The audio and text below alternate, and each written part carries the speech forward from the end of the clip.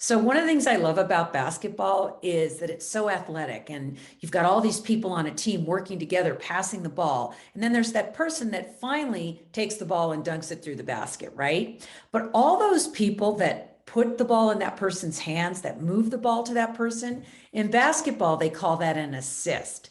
And one of the things I've learned about marketing and branding is that all these little things we do to get the client, to get the customer, are assists. So people will often call me and go, well, if I do PR or if I do Twitter or if I do Facebook advertising or if I do a podcast, how many clients am I going to get at it? What do you think I'm going to get in terms of clients? And my answer is always the same. Those things are an assist to building your brand.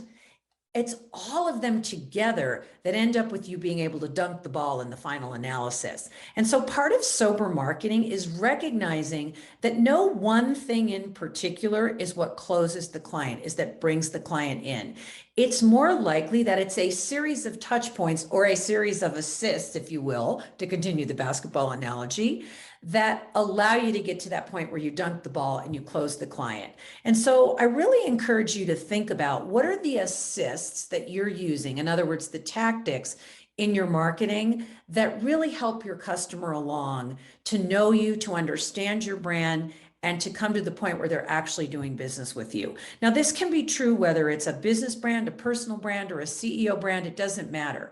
You have to look at the things that you're using as an assist and see them for what they are. They're a help along the way to building your brand. They're not meant to be the thing that dunks the ball through the hoop. This is an extremely sensitive subject because I use a lot of PR firms. I like PR. I think PR has an amazing place in creating a brand, whether it's a personal brand, a business brand, or a CEO brand. But I think PR has also changed, and I think PR gets misused. So here's what happens. I get a call almost every week from someone who said, I spent $30,000, I spent $100,000, I spent $150,000. Once somebody told me they spent $300,000 for their company for the year on PR, and I'm not getting any results. Why do you think that's happening? Well, ultimately, the reason is always that the PR isn't really in alignment with what the company brand is. It's more general than that. Now, is that the fault of the PR firm? Sometimes. Is that the fault of the client? Sometimes. But I don't think it really matters whose fault it is. I think the important point here is that when it comes to PR, a lot of people do drunk marketing. And here's how they do it. They just go and they hire a PR firm and they say, well, just get word out there about our company. But they don't really think through what the specific, exact, very detailed story is that they want to tell. And the reality is we live in a world today where the news and the media are looking for very specific stories about very specific things that fulfill very specific criteria with very specific expertise.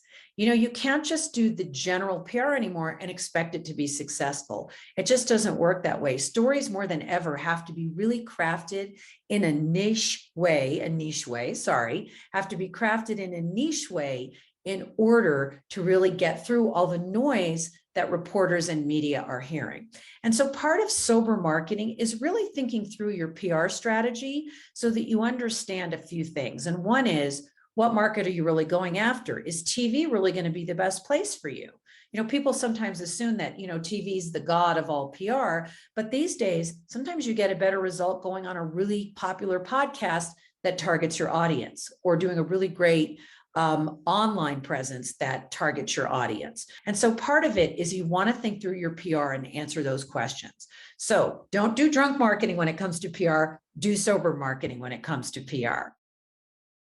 So a SWOT analysis, as many of you know, stands for strengths, weaknesses, opportunities, and threats. Whenever I start work with a client on a new CEO brand or a business brand, I always do a SWOT analysis because I want to know, what are the current existing strengths of that brand? You know, what are the weaknesses of that brand? What are the threats facing that brand? And what are the opportunities? Even for a CEO brand or a personal brand, you do have strengths, weaknesses, threats, and opportunities. And part of why you want to know those things is when you know them, you're able to shape your branding and your marketing plan around those particular strengths, weaknesses, opportunities, and threats. This way, you end up having a strategy for branding and marketing that is sane and is sober rather than drunk, because it's grounded in something. It's grounded in research. It's grounded in real evidence that you've seen and found out by doing that SWOT analysis. Now, this is a pretty simple thing to do. It just takes time. It takes me over 2 to 3 weeks to do the average SWOT analysis for a CEO brand or a business brand. It's a long time, right?